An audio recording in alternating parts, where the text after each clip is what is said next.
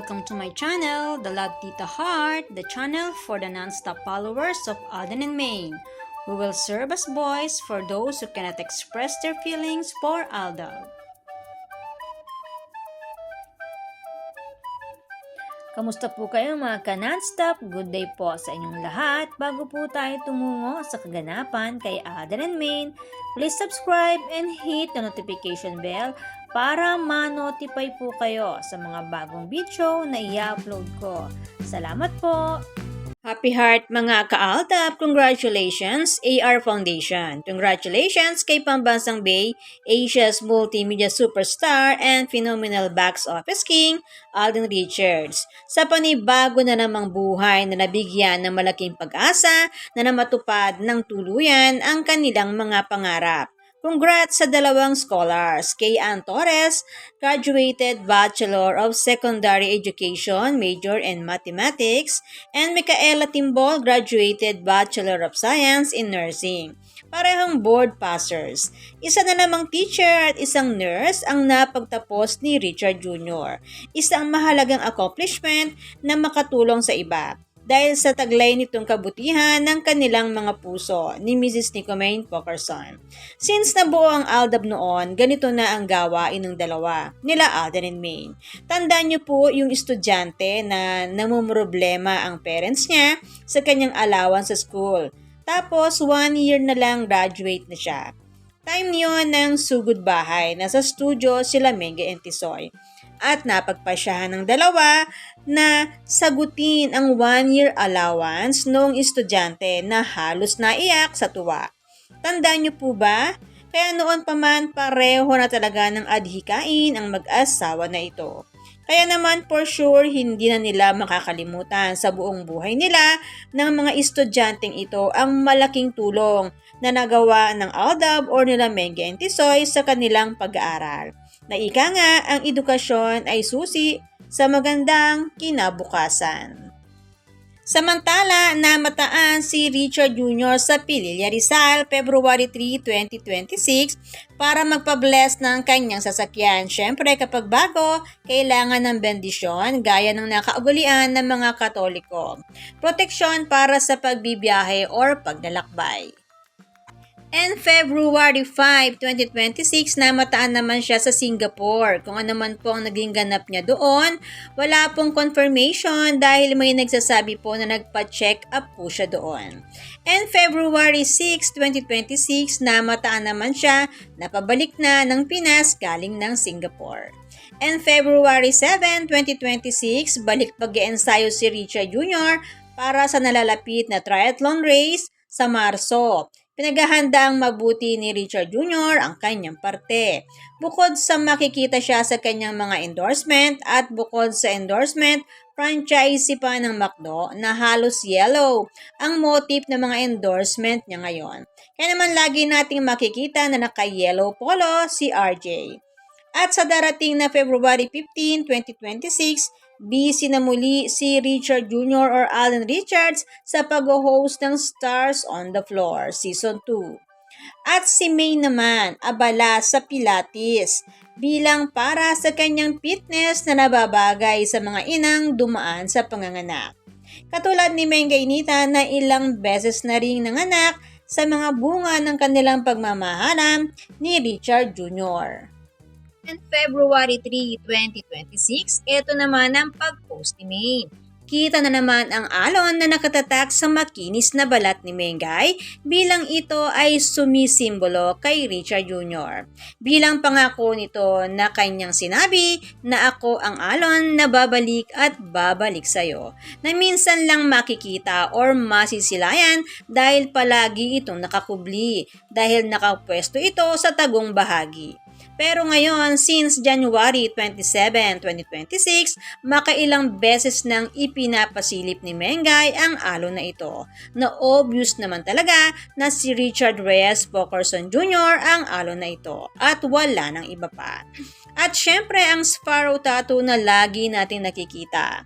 Dahil ang sabi nga ang pagmamahal ay parang hangin. Hindi mo nakikita pero nararamdaman. Para ring sumisimbolo ng Sparrow, loyalty and love because sparrows often mate for life.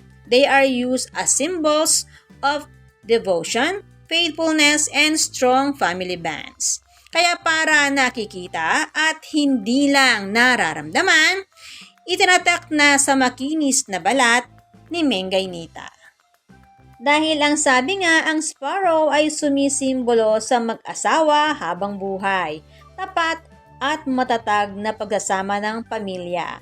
Kung hindi po ako nagkakamali, 2018 nang makita ito kay Mengay. Bali 2 years na silang kasal dito ni Richard Jr. At ang alon ay 2017 kung tama po ang aking pagkakatanda. And last February 1, 2026, may mga palate post pa si Maine at isa ito sa kanyang ipinost. Kaya lang may halong edited or patong ulo ang kasama ni Mengay sa kanyang mga photos. Kaya hindi na po natin isinama. Pero dito tayo sa daliri ni Mengay mag-focus na suot ang Emerald Cut engagement ring na galing kay Richard Jr. na mula 2016, nakikita na ito na suot ni Maine noong malaya pa at wala pang sarswela. Maraming beses itong nakita na suot ni Maine at natatandaan niyo po ba? Yung lumusong sila sa malaking tub at sumisid, hinawakan ni Richard Jr. ang daliri ni Maine kasi baka mahulog ang singsing na ito na suot ni Maine noong panahon na yon. At maraming pagkakataon pa na makikitang suot ito ni Nico Maine noong malaya pa at wala pang sarswela. Gayon din ang kapares nito bilang wedding bands, ang Eternity Bands, na lagi ring makikita na suot ni Maine sa panahon na malaya pa at wala pang sarswela. At ngayong 2026, sa isang late post ay makikita na isinuot at ipinakita muli ni Nico Maine ang Emerald Cut engagement ring na ito na galing kay Mr. Richard Pokerson Jr. Ano kaya ang ibig ipakahulugan ni Mengay? Dahil ba magte-10 years na ang Emerald Cut engagement ring na ito? O may mas iba pang ibig ipaalaala si Mrs. Nico Maine Pokerson sa fandom ng Aldab Nation? Or nais lang niyang balikan ang special memories niya sa mga larawan na ito kung kailan nag-propose sa kanya si Tisoy sa Boracay. Pwedeng oo, pwede ring mas special pa. Dahil pwede namang ikasal muli sa ika-4 na pagkakataon para sa 10 years wedding anniversary. Bilang Emerald Cut engagement ring na muli niyang ipinakita na kanyang isinuot ay magta-10 years na rin. Pwede, hindi po ba? At nalalapit na rin ang kaarawan or birthday ni Maine sa March 3. Tulad ng nakaraan, ipinakita nila sa nakasama si Richard Jr. sa mga larawan ng birthday celebration ni Mengay. Abangan natin kung ipakita muli si RJ. At abang din tayo kung magbabahagi ba sila ng kanilang private moment para sa fandom ng Aldab Nation na hindi bumibitaw at patuloy ang laban para sa katotohanan. At bago ko po makalimutan, February 1, 2026, nang mag-like si Richard Jr. sa pa-post na ito ng bench na naroon si Mrs. Nico Maine Pokerson bilang matagal ng brand ambassador nito. Tandaan lang po natin mga ka-Aldab na ang Emerald Cut engagement ring na ito na galing kay Richard Jr. ay isa sa pinakamahalagang bahagi ng pag-iibigan ni Nico Menday and Richard Jr. Since 2016 at muli niyang ipinakita February 1, 2026 na muli niyang isinuot. For sure si Richard Jr. ang kasama niya dito. Wait lang tayo sa God's perfect plan, sabi nga ni Richard Jr. And patience is a virtue, sabi naman ni Maine. Sana po kita-kita po tayo hanggang dulo, hanggang finish line, sabi nila Mengay and Tisoy. Kaya naman, good vibes lang po tayo magka-non-stop. Salamat po sa lahat ng nag-comments at sa lahat po ng buong pusong nagmamahal at sumusuporta kay Alden and Maine.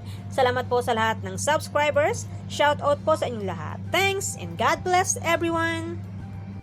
Salamat po sa lahat na comment. Shout out po sa inyong lahat. Sorry po, hindi ko na po kayo iisa-isahin. Sobrang dami po ninyo. Patunay lamang po ito na talagang lumalakas lalo at sumisigla ang buong fandom sa ganitong pagkakataon. Salamat po sa inyong lahat. Aldab lang ang malakas. hangad ko po ang magandang kalusugan para po sa inyong lahat. Salamat po Aldab Nation and True-Blooded Aldab Nation.